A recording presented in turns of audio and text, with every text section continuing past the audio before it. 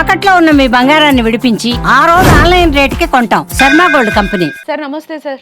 నమస్తే అండి. ఇప్పుడు మ్యారేజ్ చేయాలి అని అనుకున్న వాళ్ళకైతే ఏం చెప్తారు సార్? ఈ టైంలో కొనుక్కోమని చెప్తారా? ఒకవేళ కొనుక్కోవాలనంటే ఎంత కొనుక్కోమని చెప్తారు ఏంటి? ఇప్పుడు మ్యారేజ్ చేసిన వాళ్ళు ఏంటంటే ఇక చాలా ఇంపార్టెంట్‌వి ఇప్పుడు కొనుక్కోండి. నెక్స్ట్ చాలా ఇంపార్టెంట్ అయితేనే ఇక ఆర్నమెంట్స్ కొనుక్కోండి. నెక్స్ట్ ఏమవుద్దంటే ఇంకా కూడా పెరిగేటట్టే ఉందండి. సో, ఇప్పుడు ఉన్న సిట్యుయేషన్స్ చూస్తుంటే మార్కెట్ బాగానే అప్ ట్రెండ్ అయితే అవుతుంది. ఫిబ్రవరికి కూడా 140 ఆ రేంజ్‌కి వచ్చే ఛాన్స్ ఉంది.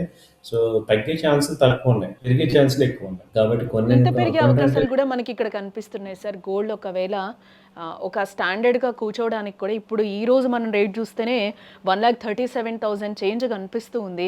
మీరు ఫెబ్ వరకు అని చెప్తున్నారు. ఈ మధ్యలోనే పెరిగిపోయే అవకాశం ఉందా? లేకపోతే కొంచెం ఒక రేట్ వరకు వచ్చి ఏమన్నా స్థిరంగా ఉండే అవకాశాలు ఏమన్నా కనిపిస్తున్నాయా? 1,50,000 అయితే ఛాన్సెస్ కనపడుతున్నాయండి. సార్ అది ఇప్పుడున్న సిట్యుయేషన్‌లో 1,50,000 ఫిబ్రవరి ఎండ్ కల్లా వచ్చే ఛాన్సెస్ ఉన్నాయి. ఓకే. యాజ్ ఇక ఎందుకంటే ఈ విషయం ఇక్కడితో ఆగదు. ఆ వెంజులా అమెరికా జోక్యం చేసుకుంది కాబట్టి అటు రష్యా గాని, ఇటు చైనా గాని వాళ్ళందరూ కూడా జోక్యం చేసుకొని ఏం చేస్తారేంటి ఇవన్నీ కూడా ఛాన్సెస్ ఉన్నాయి. సో, 1,50,000 దాకా వెళ్ళే ఛాన్స్ ఉంది. సో, 1,45,000-1,50,000 మనం ఎక్స్‌పెక్ట్ చేయొచ్చు రాబోయే రోజుల్లో. సో ఇప్పుడే మ్యారేజ్ చేసేవాళ్ళు కొనుక్కుంటే బెటర్ అని అంటారా అయితే? బెటర్ ఆప్షన్ కింద తీసుకోవచ్చు. స్టాక్ మార్కెట్ బలహీనంగా ఉంటే బంగారం ఎంతవరకు సపోర్ట్ చేస్తుంది అని అంటారు? స్టాక్ మార్కెట్‌కి ఇది ఒకప్పుడు అలా ఉండేదండి. స్టాక్ మార్కెట్ వీక్‌నెస్ ఉంటే గోల్డ్ మీద ఇన్వెస్ట్‌మెంట్స్ అవుతున్నాయని. ఇప్పుడు స్టాక్ మార్కెట్ స్ట్రాంగ్ అయినా గానీ గోల్డ్ ఎక్కడ తగ్గట్లేదు. అదివరకు ఈ రిలేషన్ ఉండేది. గోల్డ్ బాగా స్టాక్ మార్కెట్స్ పెరిగితే గోల్డ్ తగ్గుతుంది. ఎందుకంటే అక్కడి నుంచి అమౌంట్స్ ఇక్కడికి ట్రాన్స్‌ఫర్ అవుతున్నాయి. కానీ ఇప్పుడు ఏమవుతుందంటే అటు స్టాక్ మార్కెట్ వాలటాలిటీకి లేతే అప్ అండ్ డౌన్ మూవ్‌మెంట్‌కి ఇటు గోల్డ్‌కి సంబంధం లేకుండా అయిపోయింది. ఇదే మేజర్‌గా ఎందుకంటే వరల్డ్ వైడ్ అనిశ్చిత పరిస్థితులు ఎక్కువ అవ్వటం అనేది దీనికి మేజర్‌గా కారణం తీసుకోవచ్చు. కాబట్టి ఇప్పుడు stock market up and down movement అలాగే అంతకుముందు కూడా గోల్డ్ అదే యూఎస్‌డి ఐఎన్ఆర్ తగ్గితే గోల్డ్‌కి ఇంపాక్ట్ ఉండేది. ఇప్పుడు అది కూడా లింక్ కట్ అయిపోయింది. సో, గోల్డ్ అయిపోయింది. మిగతా ఈవెంట్స్ అయిపోయినాయి. ఇవాళ ఇప్పుడు చూస్తుంటే ఈక్విటీ మార్కెట్స్, స్టాక్ మార్కెట్ వచ్చి ఇప్పుడు ఆల్ టైమ్ హై దగ్గరలో ఉంది. ఆల్ టైమ్ హైలోనే ఉంది. అయినా గోల్డ్ రేట్లు ఏం తగ్గలేదు.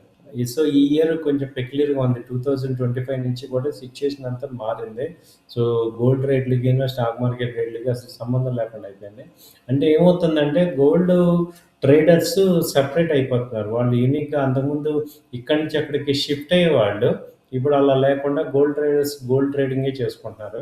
కాబట్టి వాళ్ళు గోల్డ్ ఇన్వెస్ట్‌మెంట్స్ కానీ ఇవన్నీ కూడా కంపారిటివ్‌గా చూసుకుంటే దీనిలోనే స్టాక్ మార్కెట్‌లో డిపాజిట్స్, గోల్డ్ ట్రేడ్స్ 2 దేని ప్రపోర్షనేట్‌గా ఉన్నట్టు కనపడుతున్నాయి. కాబట్టి ఏంటంటే ఇప్పుడు మేమే ఉన్నాం. అటు గోల్డ్ చేస్తున్నాం, ఇటు స్టాక్ మార్కెట్ చేస్తున్నాం. అలా అయిపోయారు అందరూ. కాబట్టి ఎందుకంటే ఇది బాగుంది, అది బాగుంది. అంతకుముందు ఒక రిలేషన్ ఉండేది. Inverse relation. స్టాక్ మార్కెట్‌లు పెరిగితే గోల్డ్ తగ్గుతుంది. కానీ ఇప్పుడు అసలు ఆ ఛాన్సే లేదు. అలాగే ఇప్పుడు రీటైల్ పీపుల్ అందరూ కూడా మామూలుగా గోల్డ్ జోలికి ఎప్పుడొస్తామని జనరల్‌గా ఏదైనా కొందామంటే వచ్చేవాళ్ళు. అలాంటి వాళ్ళు ఇప్పుడు ఏమైంది మల్టీ అసెట్ అలొకేషన్ మ్యూచువల్ ఫండ్స్‌లోకి వచ్చేసారు. అలాగే గోల్డ్ ఈటీఎఫ్స్ కొనటం స్టార్ట్ చేశారు. గోల్డ్ ట్రేడ్ చేయటం స్టార్ట్ చేశారు. వీటన్నిటి వల్ల ఏమవుతుందంటే సామాన్యులు కూడా ఇప్పుడు గోల్డ్‌ని డైలీ ట్రేడ్ చేసే పరిస్థితికి వచ్చేసింది గోల్డ్. కాబట్టి ఏంటంటే ఆ ట్రెండ్ మారిపోయింది. లాస్ట్ టైమ్ లాగా లేకుండా దాని ట్రెండ్ దానికి మారిపోయిందనమాట. ఇది జరుగుతున్న event. Okay sir. Right. Thank you. Thank you.